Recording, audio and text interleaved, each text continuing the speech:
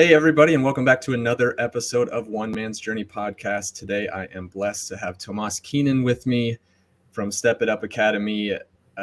Tomas is best known for his humble beginnings and lengthy career as a custom car audio installer. He is the epitome of a technician turned COO. After co-founding an industry-leading GPS tracking and dashboard camera installation company and growing it to a seven-figure business, Tomas moved into the coaching space as a high-level business and success coach for other industry leaders and business owners. Tomas works with entrepreneurs who refuse to be average and are crushing 7+ figures in business.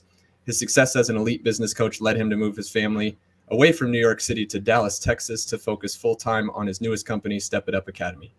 His expertise and vast experience have repeatedly put him on the top industry magazine's pages.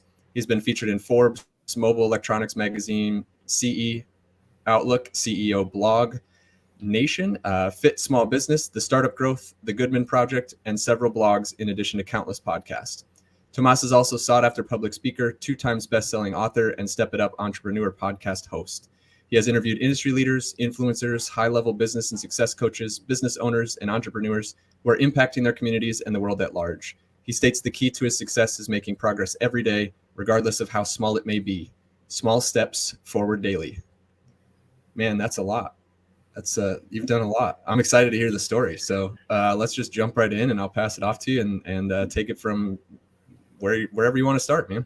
Cool, man. Ryan, first off, look, you mentioned it. I'm also a podcast host, and this is the odd for me. I'm usually the one who's hosting the podcast. So me coming in here and being a guest on someone else's, I don't take that lightly. I don't take it for granted. I know the work that goes into the back end of booking guests and hiring it, just producing the show in the whole 9 yards. So I wanted to say thank you so much. I'm grateful for the opportunity to come here, not only have a conversation with you and connect with you as a human being, but also share some of my story, and I'm sure some of yours comes out in these episodes as well. But and this is the reason I do the podcast too. It's like, hey, there's no ulterior motive behind this except for the simple fact that I want to help other people.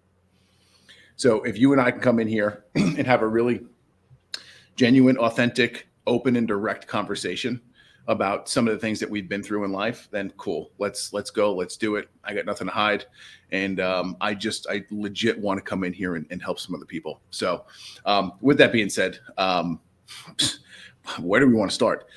Born and raised New Yorker, now in Dallas, Texas, and spent the first 40 years of my life in Long Island, and grew up in a family that was middle class, blue collar for the most part, and we worked. We used our hands to work, and that's the livelihood that I chose out of the gate.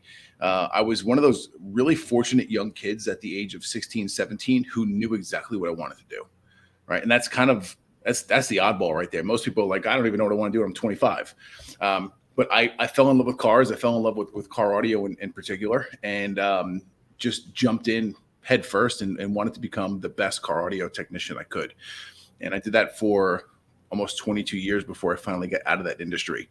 Wound up going away to a couple different trade schools and learned a lot from some of the best in the business. Kind of like, going to a seminar or mastermind, or going to an event where you learn more about business or mindset. I was doing the same thing, but on the technical side of things for car audio installation. And wound up meeting a lot of people and was shown some of the latest and greatest and the newest and the best ways to do things. And I would take that information back and then just deploy it at the shop that I worked at the time. And then one of the problems that I ran into was the person I was working for didn't see value in furthering my education or going around other people in the industry to learn new things.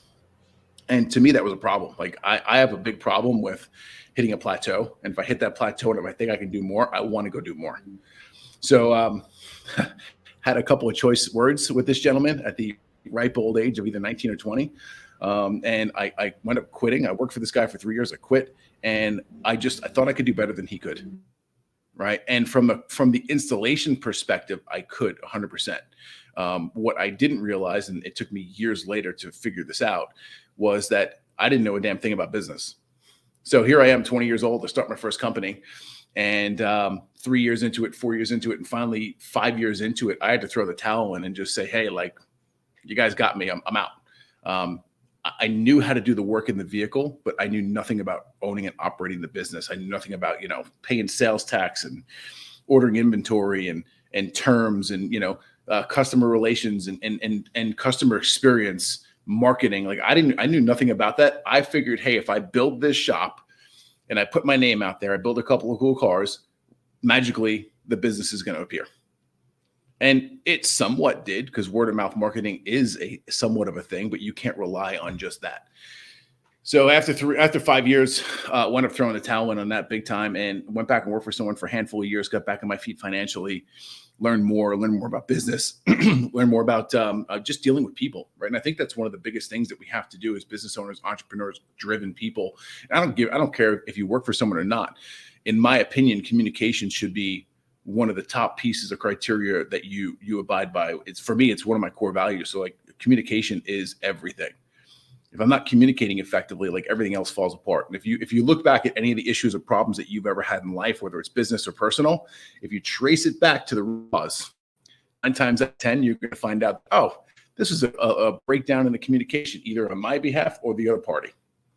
And if we are proactive with the communication, we can avoid so many of those pitfalls and like landmines, right? So got back on my feet, started my second company in 2009. Fantastic time of the economy to go start a new business. As most of you know, 2008 was a hell of a year, especially in the real estate space. So started this new company in 2009, and quickly we transitioned from retail car audio to GPS tracking and dash camera installations. We had found a niche, found this newer market that had this giant need for skilled installers to install tracking devices. At first, that was the main thing we were doing, tracking devices in commercial vehicles. And it was like, okay, we can take on a project vehicle and we can make, let's say gross ticket on this is going to be $30,000 and we're working on this vehicle for 3 months. Or we can go do 400 installs, which are real basic. You're in and out of the vehicle and, let's call it 30 minutes. We can go do that work, and that's a $60,000 project, and we can get it done in 2 weeks. So it was a no-brainer to switch over the model that we were operating with, because it was just much more lucrative. The problem with it was, over time, the business grew. I saw the opportunity there, started hiring coaches and really dialing things in and putting systems and processes in place. The problem was, it was a very transactional business, where a lot of the people who had hired us to come in to do the work actually didn't want us there. The federal government got involved and said, hey, we're mandating that over-the-road trucks have this device called an ELD, electronic logbook, installed. And now all of a sudden we're showing up, and the people that we're actually doing work for want nothing to do with us. And it was kind of disheartening. I was in a partnership. My relationship with my partner wasn't the greatest. And I got really tired of the business. I got really tired of a business that was transactional, where I actually wasn't working with people that wanted to work with me. And I said, you know what? It's like my time is up here. Like, I've done what I can do. I'm going to remove myself from the equation. So this is smack dab in the middle of COVID crisis. It was June of 2020. And I sat down and had a conversation with my then business partner and said, hey, I'm looking to get out of here, and I'm going to move too. And that's what I did. Basically we got the company valuated, sold my half of the company to him, sold the house, packed up, and moved the family across country from New York to Dallas in the middle of, craziness in the country. And it was like a really big gamble for me. But I want to talk about something that kind of kicked it off and enlightened and gave me room to make these changes and make these decisions, right? And most people in our space have heard of 75 Hard, Andy Frisella's program, challenge, whatever you want to call it. It was the last week of May of 2020, I started 75 Hard for the first time. And a couple of days later, I had this big epiphany. And looking back at it now, it's crystal clear, right? So on 75 Hard, there is no alcohol in the program. Cool. I was the dude for 20 years who was drinking 3 to 5 beers a day. Like, it was just routine, right? We'll call it a functional alcoholic. Were there occasions where I would take it too far? Of course, but it was few and far between. But I would get home and crack open 3 beers easy a night, and just, it was part of it. It was come home, relax, eat some dinner, have another one before the kids go to bed kind of deal. And through 75 Hard, I had to cut that out. And when I removed the alcohol, and I started working on me much more physically than ever before. I started reading on a more consistent basis, all the stuff that comes along with it. It was the amount of clarity that I got hit with was like, it was like getting hit by a truck, dude, for real. And I was like, wow, I can't believe that I've been doing all of this stuff over here. So this massive amount of clarity comes over, and that's what gave me the initiative or the drive or the spark the idea.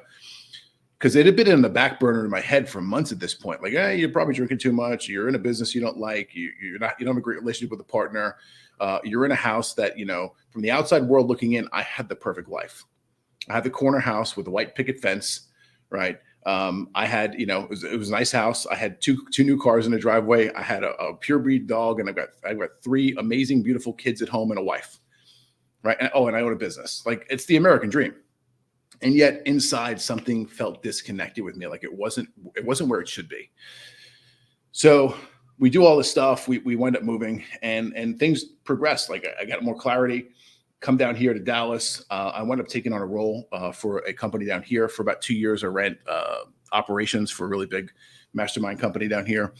And it was a beautiful thing. I got to learn a lot more about the industry. I got to learn more about the business model of running a coaching mastermind program and what goes on behind the scenes. And the most important thing that I was able to learn from that, and I hope people pick up on this right here.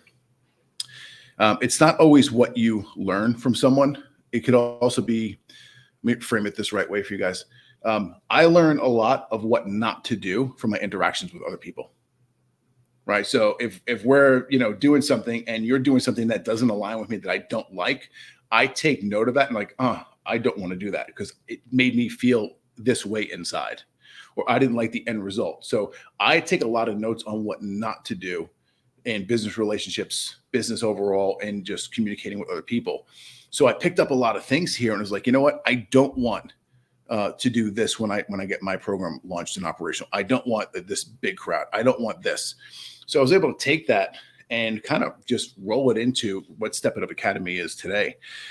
And through all of that, we go through these ups and downs as an entrepreneurial journey. You have your highs of highs, you have your lows of lows.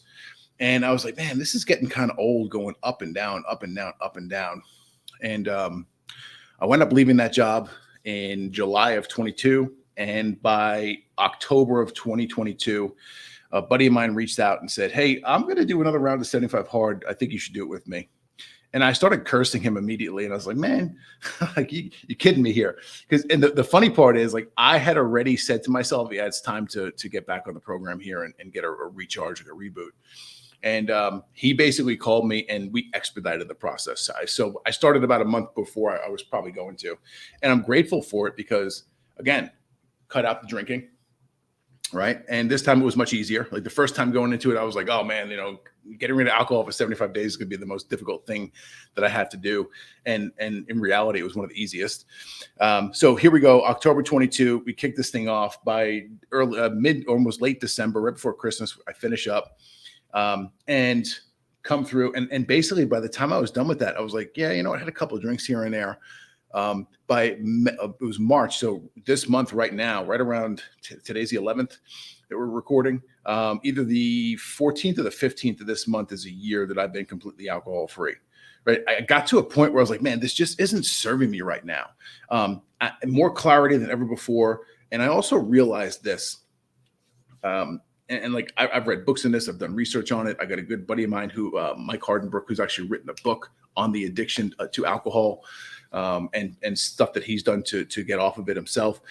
But basically it was like, hey, alcohol right now is disconnecting me from the person I really need to be. It's disconnecting me from emotions. It's disconnecting me from my family. It's disconnecting me from all of this stuff that is reality. And even though it's a little bit of alcohol, it's a disconnector, right? So I wound up reading this book called Food of the Gods. I forget who was the author, but in that book, he talked about alcohol specifically and how it disconnects us. And his theory on it is that alcohol was put here by the people who are truly in charge to keep us disconnected quite intentionally. So, all right, cool. I buy into it a little bit. And I said, you know what? I'm going to kill this for a minute. I'm not going to touch it. I'm not going to do a thing.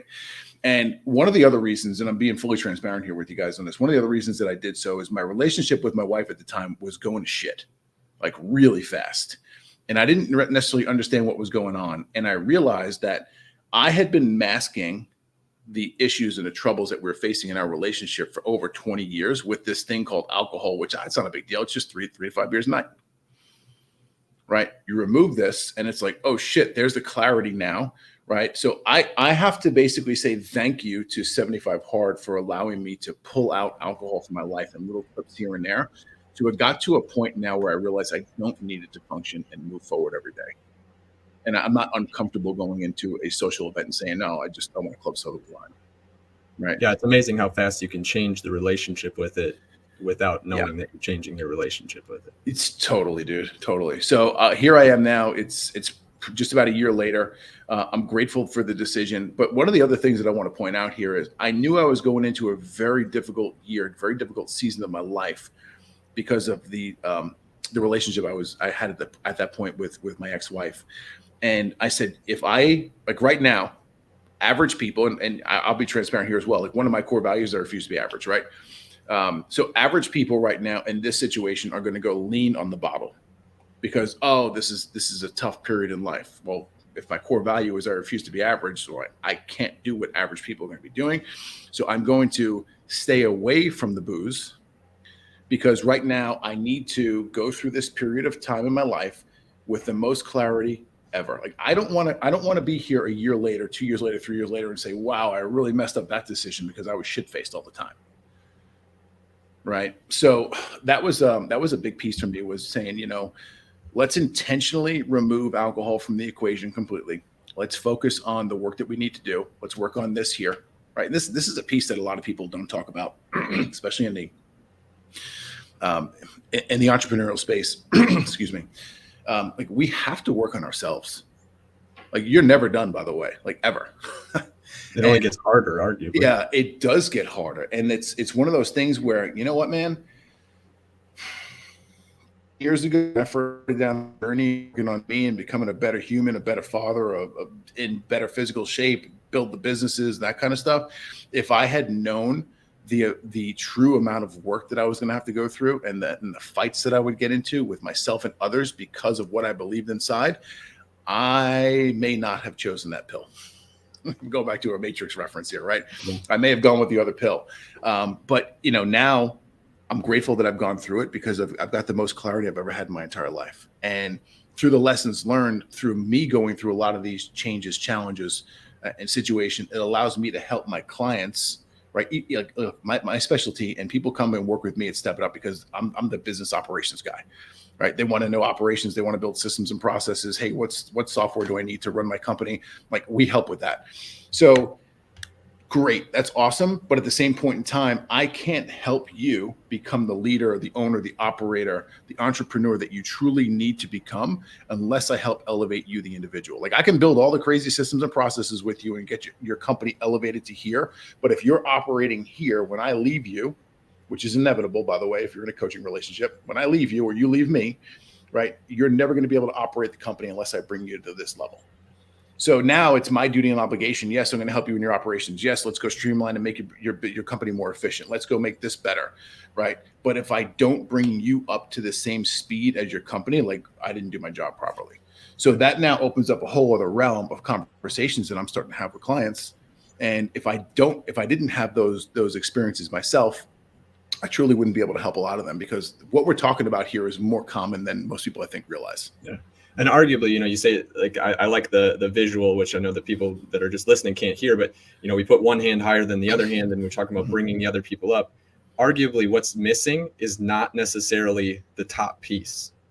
It's actually the bottom piece. Yeah. Because everybody, like you mentioned early on, they were good at something, so they got into it and they don't understand how business works. And they think that they can just run with it and turn this great skill into this amazing business that they can step themselves out of and have it run itself. And we don't talk about like, okay, so you're good at fixing cars. You're good at putting things into, whatever your skill is, you're a good electrician.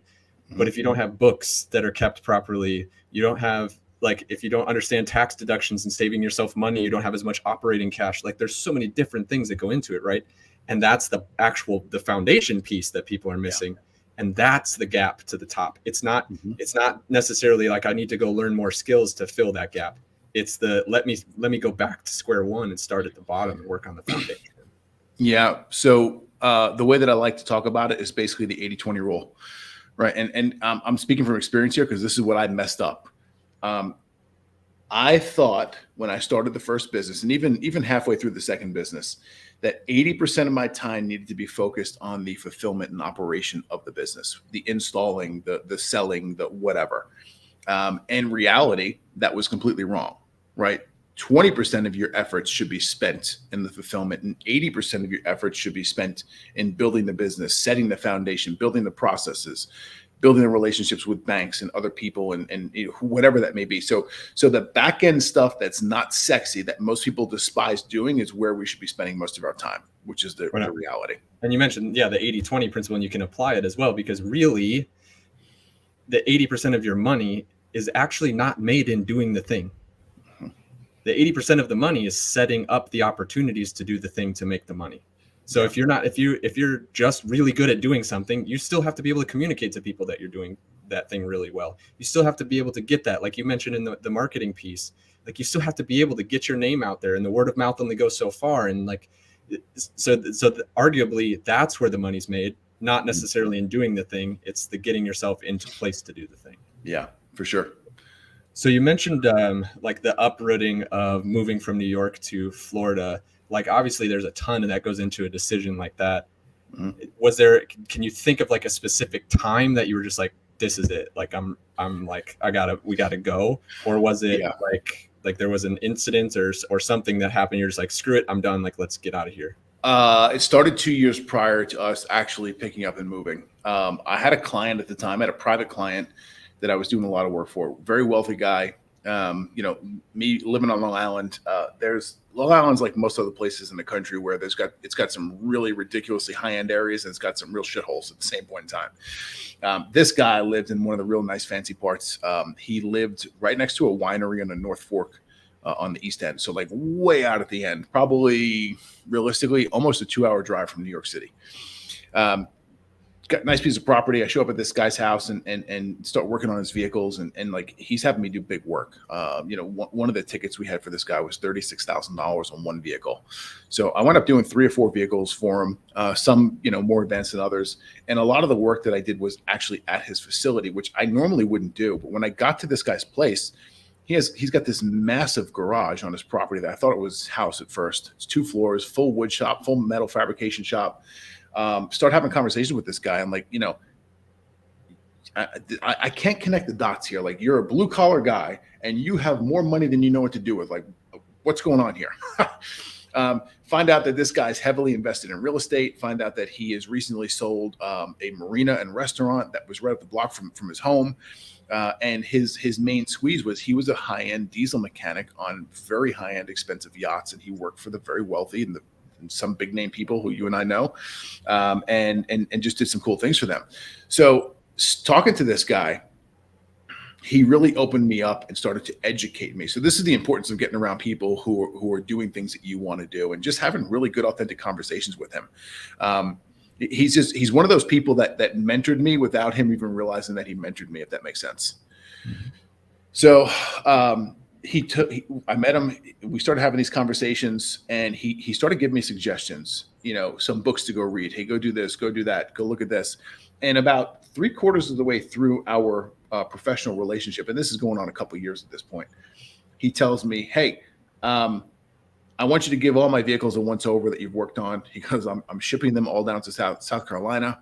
I just sold the house on the North Fork of Long Island, and I just bought a new marina, a new building, and a new house in South Carolina, and I'm moving down there." I was like, "Okay, like, explain to me, like, just realistically, explain to me why you're doing this." And without a hesitation, this guy rattles off like 30 bullet points of why, and a lot of them had to do with income tax, state income tax. A lot of them had to do with him being in a different area, closer to his clients.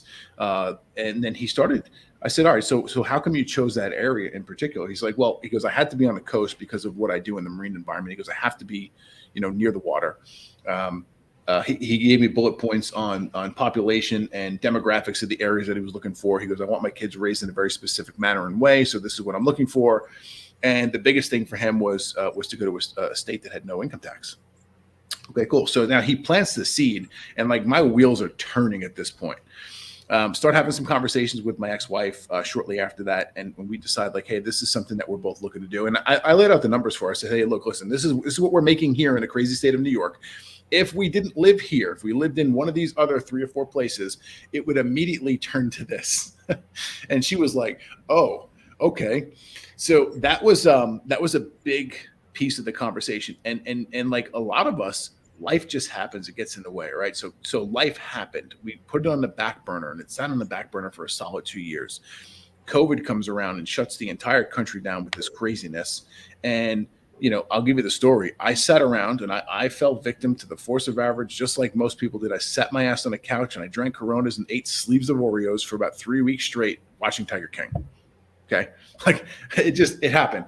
But once that 3-week mark hit, I was like, yo, I am done. I'm done sitting here on the couch. Like I have to go do something. I have to go be productive. And going back to, refusing to be average, I was like, okay, cool. Most people here are going to be average. And for the first time in society, the government has given us the okay, and society has given us the okay to sit back and do absolutely fucking nothing. All right, well, I don't want to do it for so long. Like I'm done. I'm the kind of guy who goes on vacation. If I'm somewhere more than 3 days, like, all right, I got to go. I got to get to my normal driving me a little nuts. Yeah. Give me a notebook at least to write something down so I can feel like I did something. Exactly. So this happens. 75 hard starts for the first time right around then. And 3 or 4 days into it, I was like, oh my God, like this is the signal. This is the time. Like we got to go. And sat down, spoke to the ex at the time and said, hey, this is it. This is what's going on. The marketplace in New York at that point was starting to take off. So the asking price that we wound up getting for a house was bananas.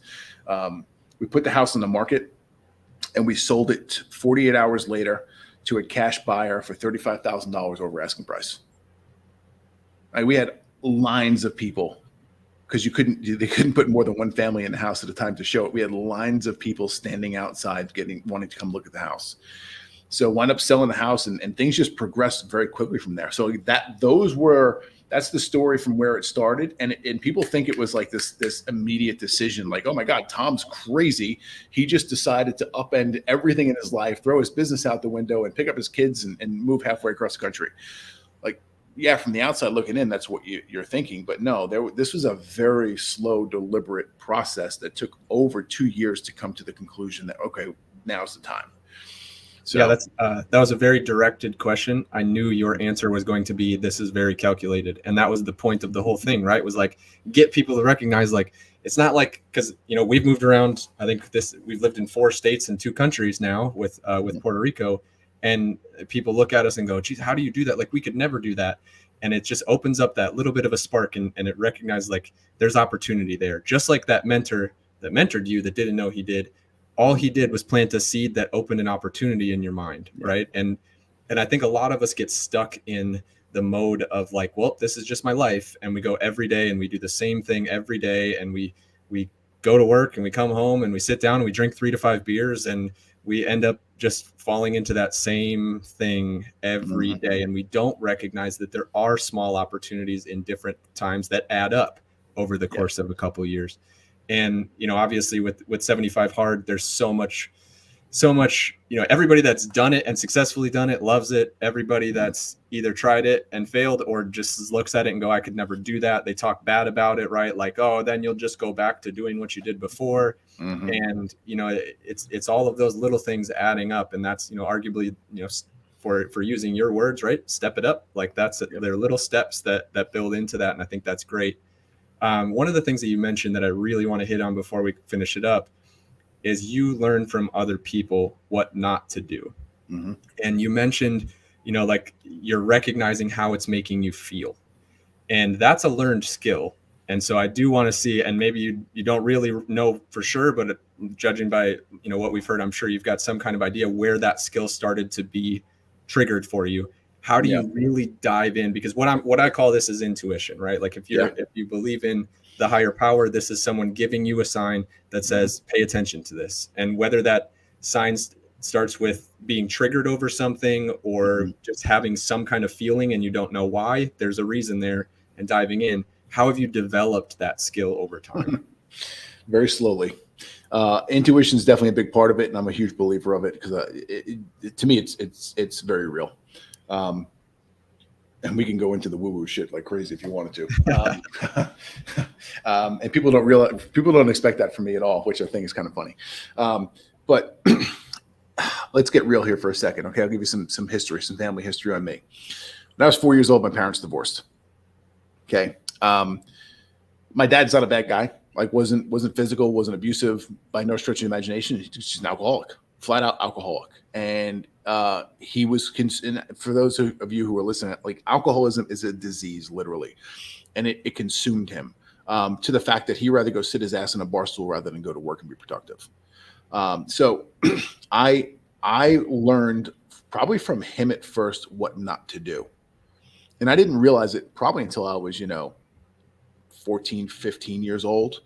But my mom was the breadwinner, and I lived mostly with my mom as a kid growing up.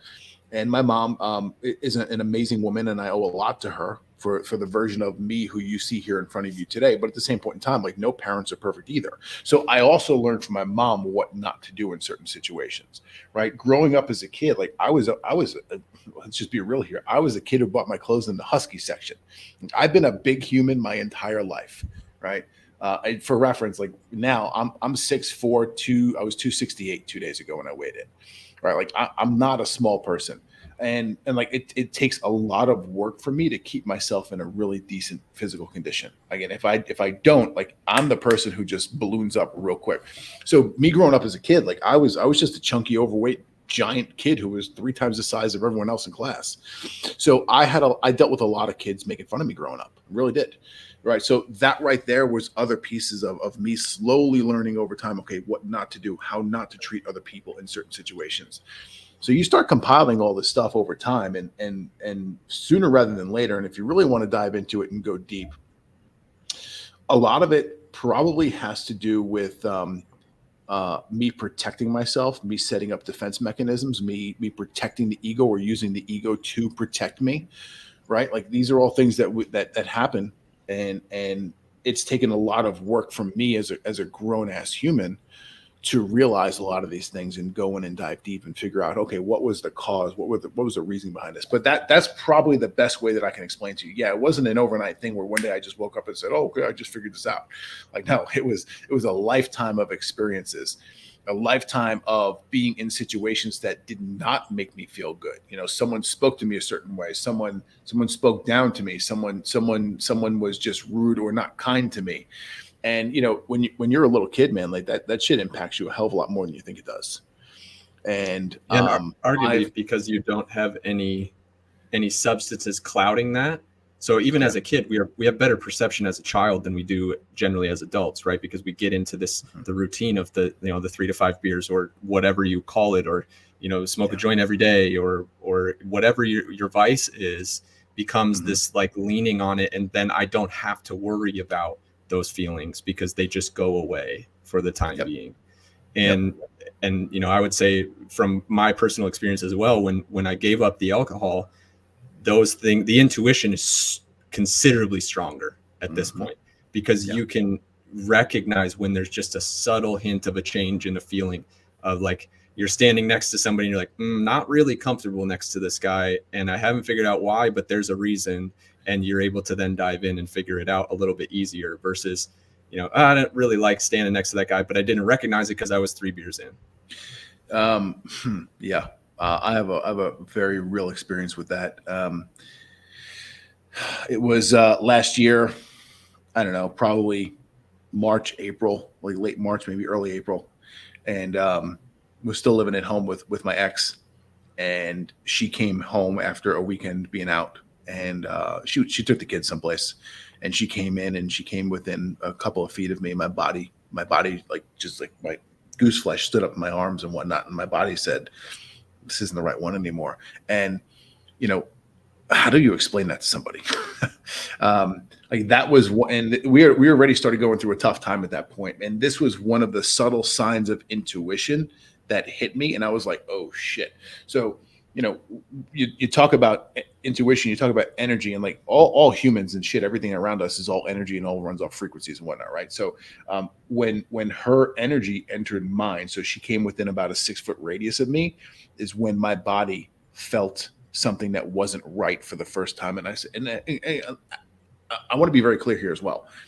I am not talking ill about my ex, because this is someone who I still care for. I have 3 beautiful children with her, and is someone who I will care for the remainder of my life. However, this was the signal, the sign from God, the universe, whatever you believe in, that said, hey, you two are no longer a good match because you're not on the same path any longer.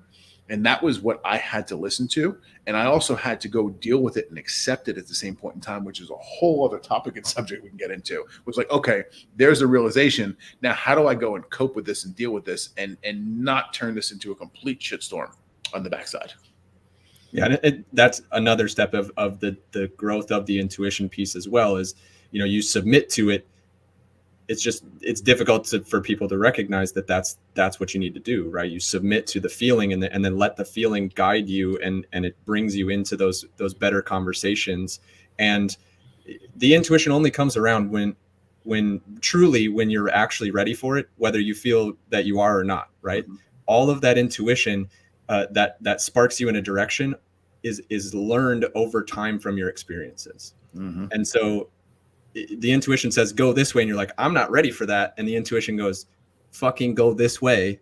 Yeah. And if you fight it, you're going to be incongruent. And then that's when the bad things start hammering down on you. And you start having the bad experiences with, in your relationship or at work or any of those things. When you feel it and you ignore it, that's when the trouble happens. But if you feel it and you submit to it, you're going to go through difficulty, but the difficulty is taking you to such a better place that you don't have to then fight it anymore. You just recognize, like, this is just the next step. This is just the next step.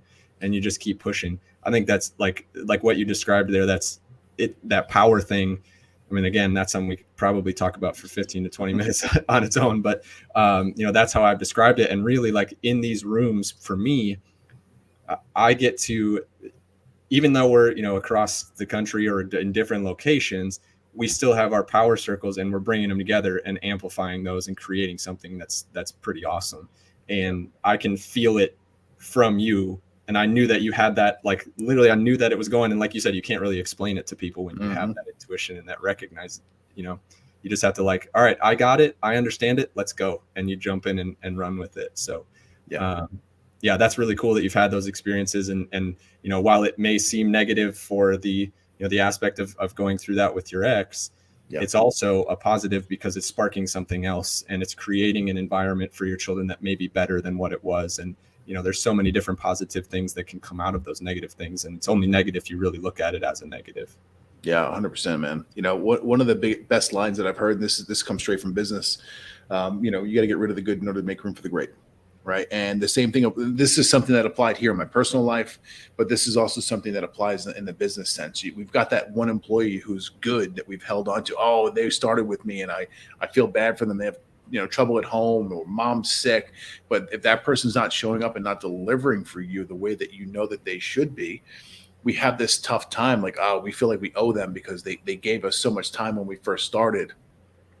Man, every time I've been in that situation and I've let that person go and I've replaced them with someone who's superior, and I'm not saying that in a nasty way, it's just the facts. Like, some people are better suited for certain roles than other people, right? You replace that person and all of a sudden you're like, oh my God, it was amazing. I can't realize that this person actually wasn't doing shit for the last 3 years. We brought the new person in and they've completed 3 months worth of work in 3 days. It just happens. Yeah, it's real. And I'm sure many people have had those experiences, like, damn, I wish I'd have done this earlier. And that's ignoring the intuition aspect. And that, like we said, that's where it gets difficult. So keeping in line with that is extremely important. Tomas, man, I appreciate going as deep as we did here. I was not expecting it to go in that direction, and I am super happy it did, because a lot of times we can get stuck in just that surface level stuff and not getting into the real stuff. And that's what this that's what this whole thing is about, is to kind of cut through that surface level shit that we all deal with and we all have to put up with, and, you know, getting through the small talk and stuff. And so I appreciate you being vulnerable, opening up, and really exposing who Tomas is, and showing our audience that.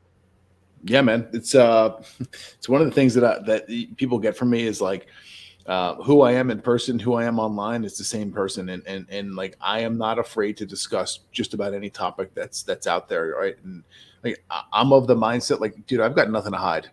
And if I can share a couple of words, a couple of thoughts, a couple of stories, some situations and experiences that I've been in, this is how we started the podcast. Like, I truly just want to help other people succeed. And if I can do that through some of my experiences and telling a story, I'm all for it. It's awesome. So where can we find the Step It Up podcast? The best place is real simple. Go to connectwiththomas.com. That right there is a landing page that has links that go out to everything. All my social media accounts, the podcast, my website, Step It Up website, my Tomas Keenan website, all that stuff's there. ATAX, which is the tax prep franchise that I'm a part of here in Dallas. So we've got a couple things going on, I'm sure, just like you. But yeah, if you guys want to find out more about me, connect online, whatnot, just go to connectwiththomas.com and you can find all my links there. And like, I'm all over social media. If someone wants to send me a DM and have a conversation, like, you're going to be chatting with me directly. I don't have someone else doing it for me.